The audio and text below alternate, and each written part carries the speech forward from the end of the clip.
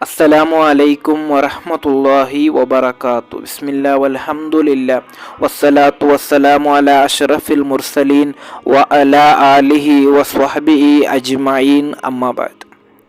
ರಾತ್ರಿ ಊಟ ಮಾಡದೆ ಮಲಗುವಂತಹ ಸ್ವಭಾವ ನಿಮಗಿದ್ದರೆ ಇವತ್ತೇ ಅದನ್ನು ತ್ಯಜಿಸಿ.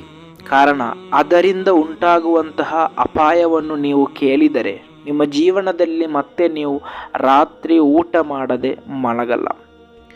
ಇಮಾಮ್ ಇಬ್ನು ಮಾಜಾ ರಲಿಯಲ್ಲಾಹು ಅನ್ಹು ರವರು ವರದಿ ಮಾಡಿದಂತಹ ಹದೀಸ್, ಜಾಬಿರ್ ಬಿನ್ ಅಬ್ದಿಲ್ಲಾ ರಲಿಯಲ್ಲಾಹು ಅನ್ಹು ರವರಿಂದ ನಿವೇದನೆ. ಕಾಲ ಮಹಾನರು ಹೇಳುತ್ತಾರೆ, ಕಾಲ ರಸೂಲುಲ್ಲಾಹಿ ಸ್ವಲ್ಲಲ್ಲಾಹು ಅಲೈಹಿ ವಸಲ್ಲಂ, ಪ್ರವಾದಿ ಸ್ವಲ್ಲಲ್ಲಾಹು ಅಲೈಹಿ ವಸಲ್ಲಂ ಅವರು ಹೇಳಿದರು, ಲಾ ತದ್ಉಲ್ ಅಶಾ, ನೀವು ರಾತ್ರಿ ಊಟವನ್ನು ತ್ಯಜಿಸಬೇಡಿ, ಅಂದರೆ ರಾತ್ರಿ ಊಟ ಮಾಡದೆ ನೀವು ಮಲಗಬೇಡಿ.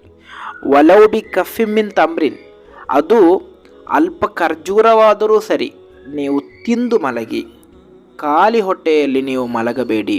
ಕಾರಣ ಫಇನ್ನ ತರ್ಕಹು ಯುಹರಿಮು, ನೀವು ರಾತ್ರಿಯಲ್ಲಿ ಊಟವನ್ನು ತ್ಯಜಿಸುವುದು ಅದು ವಾರ್ಧಕ್ಯ ಸಂಬಂಧಿತ, ಅಂದರೆ ಪ್ರಾಯವಾದಂತಹ ಸಂದರ್ಭದಲ್ಲಿ ಮನುಷ್ಯನಲ್ಲಿ ಕಾಣುವಂತಹ ರೋಗಗಳು ನಿಮಗೆ ತಟ್ಟನೆ ಬರಲು ಅದೊಂದು ಕಾರಣವಾಗಿದೆ ಎಂದು.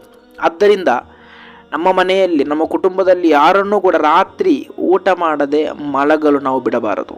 ಆ ರೀತಿ ನಮ್ಮ ಮಕ್ಕಳು ಅಥವಾ ನಾವು ಊಟ ಮಾಡದೆ ಮಲಗುವುದರಿಂದ ನಮ್ಮ ಜೀವನದಲ್ಲಿ ವಾರ್ಧಕ್ಯ ಸಮಯದಲ್ಲಿ, ಅಂದರೆ ಪ್ರಾಯವಾಗುವಂತಹ ಸಂದರ್ಭದಲ್ಲಿ ಓರ್ವ ಮನುಷ್ಯನಿಗೆ ಬರುವಂತಹ ಯಾವುದೆಲ್ಲ ರೋಗಗಳಿದೆಯೋ ಅದೆಲ್ಲವೂ ಕೂಡ ತಟ್ಟನೆ ನಮ್ಮಲ್ಲಿ ಕಾಣಲು ಸಾಧ್ಯ. ಆದ್ದರಿಂದ ರಾತ್ರಿ ಹೊಟ್ಟೆ ತುಂಬ ತಿಂದು ಮಲಗಬೇಕೆಂದಲ್ಲ, ಏನಾದರೂ ಅಲ್ಪ ತಿಂದು ಮಲಗುವಂತಹ ಸ್ವಭಾವ ನಮಗಿರಬೇಕು. ಹಾಗೆ ತಿನ್ನದೆ ಮಲಗುವಂತಹ ಸ್ವಭಾವವನ್ನು ನಾವು ತ್ಯಜಿಸೋಣ. ನಮ್ಮ ಮಕ್ಕಳಿಗೆ ಈಗಲೇ ಚಿಕ್ಕಂದಿನಲ್ಲೇ ರಾತ್ರಿ ತಿಂದು ಮಲಗುವಂತಹ ಸ್ವಭಾವವನ್ನು ಅವರಲ್ಲಿ ಬೆಳೆಸೋಣ. ಅಲ್ಲಾಹನ ತೌಫೀಕ್ ನೀಡಿ ಅನುಗ್ರಹಿಸಲಿ. ವಾರ್ಧಕ್ಯ ಸಂಬಂಧಿತ ರೋಗಗಳಿಂದ ಅಲ್ಲಾಹ ನಮ್ಮನ್ನು ಸಂರಕ್ಷಿಸಲಿ. ಅಸ್ಸಲಾಮು ಅಲೈಕುಂ ವರಹಮತುಲ್ಲಾಹಿ ವಬರಕಾತು.